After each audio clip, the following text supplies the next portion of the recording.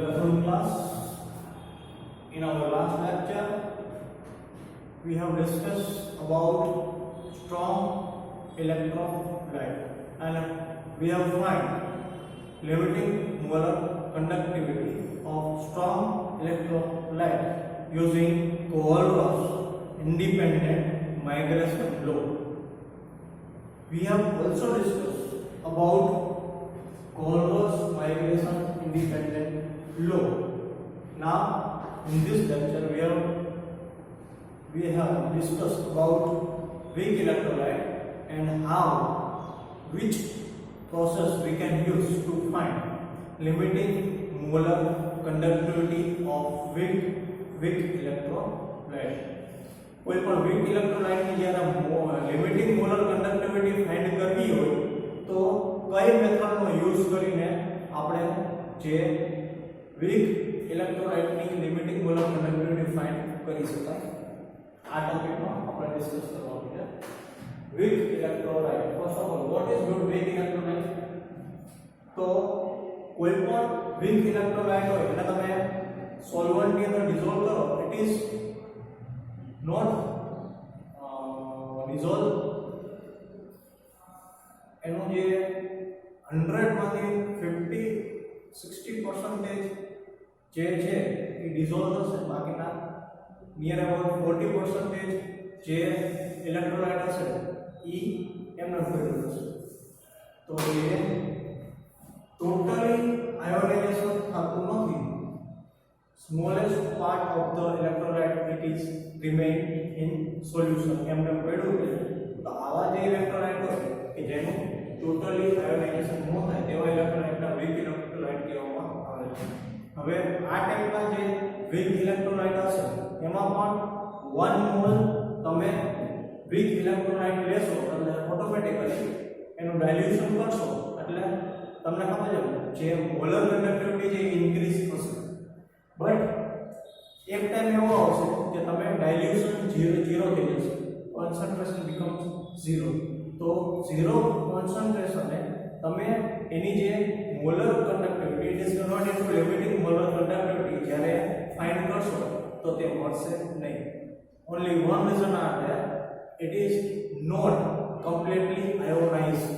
એનું totally આયોનાઇઝમાં convert થયું નથી. એટલા માટે જે વીક ઇલેક્ટ્રોલાઇટ છે એનું ડાયલ્યુશન ઇન્ફિનિટ ડાયલ્યુશન મીન્સ કે જ્યારે કોન્સન્ટ્રેશન 0 થાય તે ટાઈમે આપણે જે લિમિટિંગ મોલર કંડક્ટિવિટી ફાઇન્ડ કરી શકતા નથી. ખ્યાલ આવ્યો? Okay. Like acetic acid, it is an example of weak electrolyte. Formula CH3COOH have lower degree of dissociation at high concentration. For such electrolytes, the change in the level with dilution is due to increase in the degree of dissociation.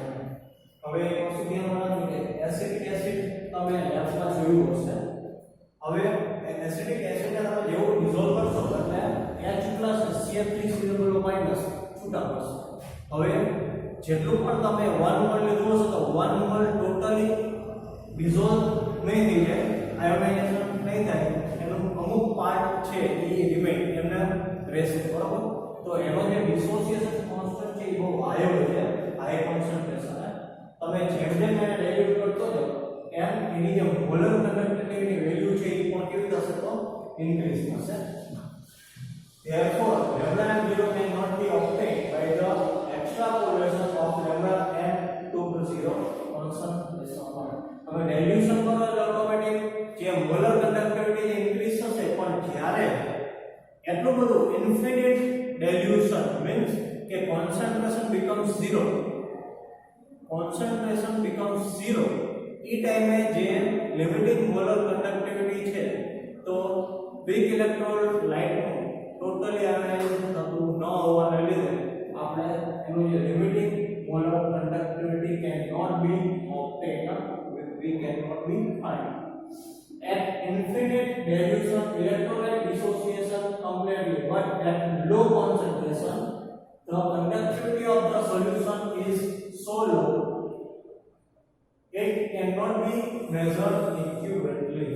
હવે જેનું 100% માંથી 50-60% dissolve થઈ જાય, બાકી 40% remain એમને પડ્યો રહે છે. હવે એની મોલર કંડક્ટિવિટી ડાયલ્યુશન કરતા જાઓ, ઇન્ફિનિટ ડાયલ્યુશન કરતા જાઓ, કોન્સન્ટ્રેશન બીકમ્સ 0. ત્યારે તમે લિમિટિંગ મોલર કંડક્ટિવિટી ફાઇન્ડ કરશો તો તે ફાઇન્ડ થશે નહીં, અને ફાઇન્ડ થશે તો તેનું રીડિંગ છે it cannot be measured accurately. તો એનું જે રીડિંગ છે એ પણ accurately મળશે નહીં. therefore lambda 0 for weak electrolyte is obtained by using Coulom's law of independent of migration of ions at any concentration. એટલે weak electrolyte માટે પણ આપણે જો લિમિટિંગ મોલર કંડક્ટિવિટી ફાઇન્ડ કરવી હશે તો જે Coulom's નો ઇન્ડિપેન્ડન્ટ માઇગ્રેશન નો લો છે તે યુઝ કરશું. if alpha is the degree of dissociation then it can be approached to the ratio of lambda f at the concentration C to limiting molar conductivity lambda f 0.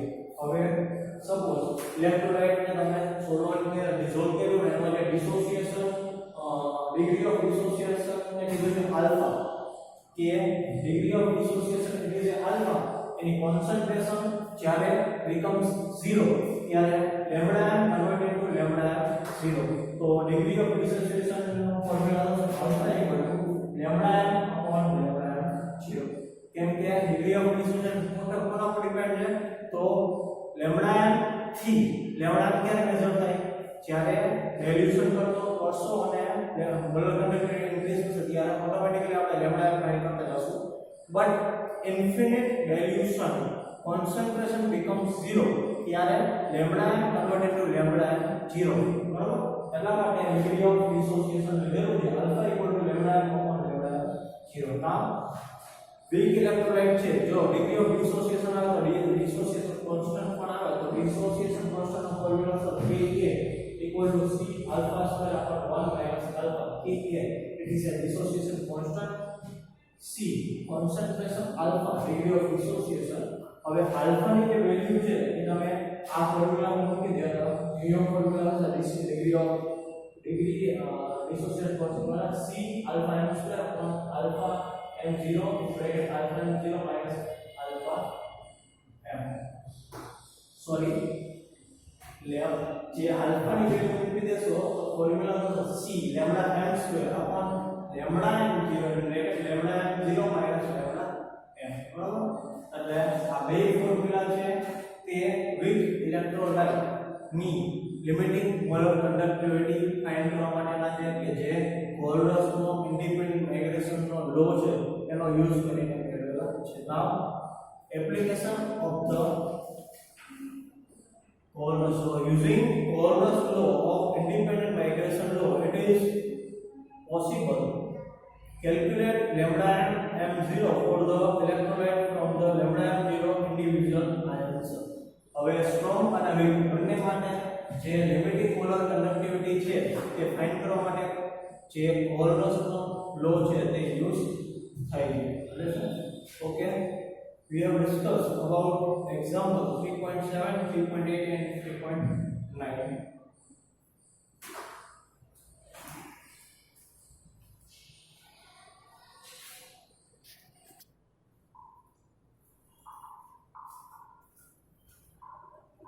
Okay, now we have discussed about example 3.7.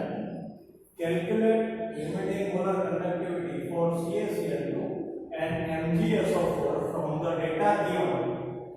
તમારા textbook માં page number 83 ઉપર એક table આપેલું છે અને ત્યાં તમને different ટાઈપના જે આયન્સ હશે જેમ કે Ca+2 Na+, K+, તો દરેકની લિમિટિંગ મોલર કંડક્ટિવિટીની વેલ્યુ આપેલી છે. તો એ ટેબલનો યુઝ કરવાનો છે અને તમારે અહીંયા બે ટાઈપના ઇલેક્ટ્રોલાઇટ સ્ટ્રોંગ ઇલેક્ટ્રોલાઇટ આપેલા છે. First CaCl2 it is a calcium chloride and second MgSO4 magnesium sulfate.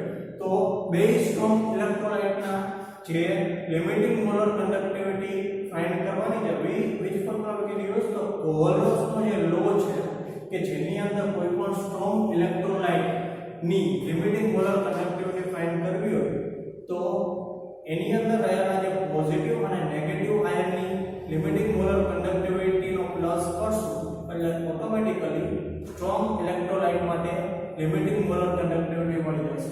Understand? તો અહીંયા CaCl2 છે તો CaCl2 ને તમે ડિઝોલ્વ કરો એટલે Ca+2 and 2Cl minus 1 કેમ કે Cl નો ઓક્સિડેશન નંબર શું છે તો -1 એટલે λ0 we can use Cole-Ross law λ0 CaCl2 equal to λ0 Ca+2 plus આ 2 ક્યાંથી આવ્યું તો કેલ્શિયમ નો ઓક્સિડેશન નંબર 2 છે +2 છે અને ક્લોરીન નો -1 છે બરોબર. એટલે કેલ્શિયમ પોતે 2 ઇલેક્ટ્રોન લૂઝ કરે તો કમ્પલસરી 2 ઇલેક્ટ્રોન ને એક્સેપ્ટ કરવા માટે 2 ક્લોરીન જોશે એટલે જે 2 છે તે અહીં આવશે 2 λ0 Cl minus. Okay, what is the value of Cl+2 તો 119 plus 2 into what is the value of Cl minus તો 76.3 આ બેનો મલ્ટીપ્લાય કરી અને પ્લસ કરશો એટલે 271.6 Siemens centimeter square per mole. It is the value of limiting molar conductivity of CaCl. Now we have discussed about MgSO4. Mg અને SO4 બંને માટે જે લિમિટિંગ મોલર કન્ડક્ટિવિટી આપેલી છે તો Mg+2 માટે છે 106 અને SO4 -2 માટે છે 160. આ બેનો પ્લસ કરશો એટલે 266 Siemens centimeter square per mole. It is the value of limiting molar conductivity for MgSO4. Second 3.8 λ0 for NaCl, HCl and NaAC are જે આ ત્રણે ત્રણ ઇલેક્ટ્રોલાઇટ આપેલા છે એની લિમિટિંગ મોલર કન્ડક્ટિવિટી ની વેલ્યુ આપેલી છે 126.4 NaCl માટે HCl માટે 425.9 અને NaAC માટે 91 Siemens centimeter square per mole respectively. Calculate limiting molar conductivity for HAC. બરાબર.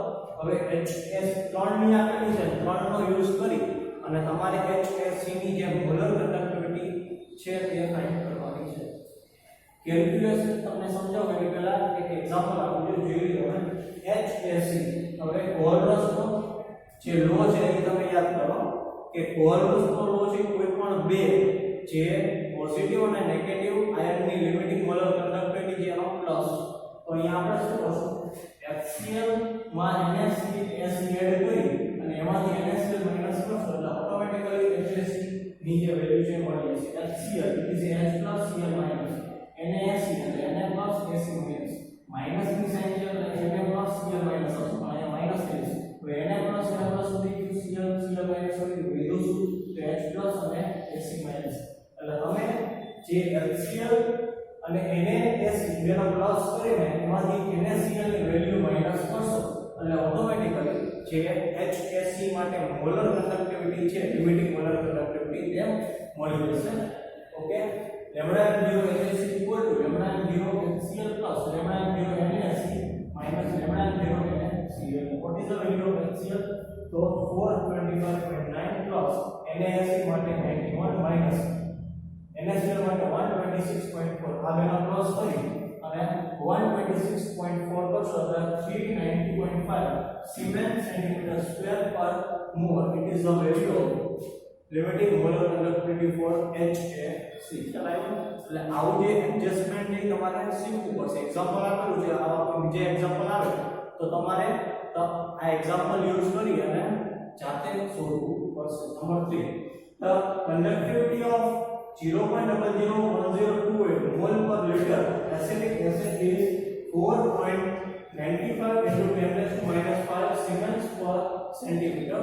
Calculate its dissociation constant if λ0 for acetic acid is 390.5 Siemens centimeter square per mole. હવે જો acetic acid is a weak electrolyte બરાબર તો એની જે limiting molar conductivity value આપેલી છે કે 390.5 એના પછી એની જે કન્ડક્ટિવિટી છે કે એ આપેલી છે 4.95 મીટર Siemens per centimeter બરાબર અને સાથે એની કોન્સન્ટ્રેશન પણ આપેલી છે 0.00102 મોલ પર લીટર.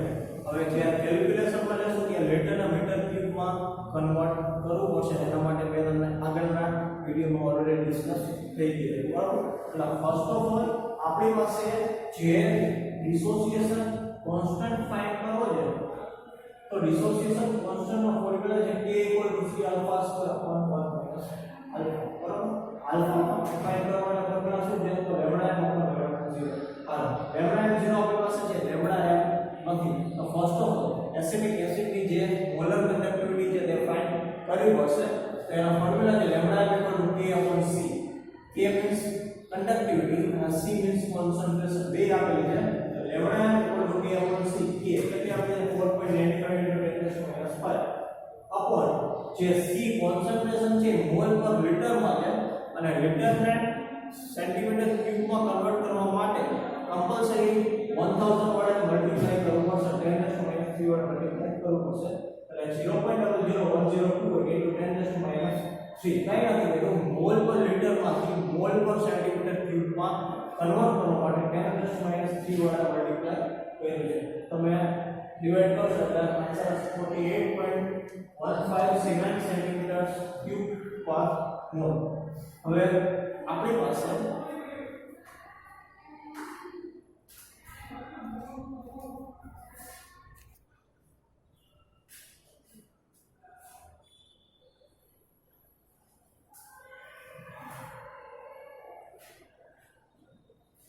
મોલર કંડક્ટિવિટી આપણે ફાઇન્ડ કરી લીધી હવે આપણે ફાઇન્ડ કરવાનો છે degree of dissociation alpha what is the formula alpha equal to lambda m upon lambda m 0 lambda m ની વેલ્યુ ફાઇન્ડ કરી 48.15 અને લિમિટિંગ મોલર કંડક્ટિવિટી આપેલી છે કેટલી છે 390.5 બેને ડિવાઇડ કરશો એટલે 0.1233 it is a degree of dissociation for acidic acid next લાસ્ટમાં ડિસોસિએશન કોન્સ્ટન્ટ ફાઇન્ડ કરવાનો છે તો Ka equal to c alpha square upon 1 minus alpha c concentration આપેલી છે કેટલી છે 0.00102 into alpha કેટલા આવે છે 0.1200 square upon 1 minus alpha કેટલા છે 0.1233 તો આનું કેલ્ક્યુલેશન કરશો તો 1.78 into 10 5 મોલ પર લિટર જે ડિસોસિએશન કોન્સ્ટન્ટ છે એટલે તમારે જે આ તો ફોર્મ્યુલા આ તો એક્ઝામ્પલ છે આવા બીજા એક્ઝામ્પલ પૂછાઈ શકે છે પ્રેક્ટિસ કરશો તો તમને ખ્યાલ આવી જશે first of all dissociation constant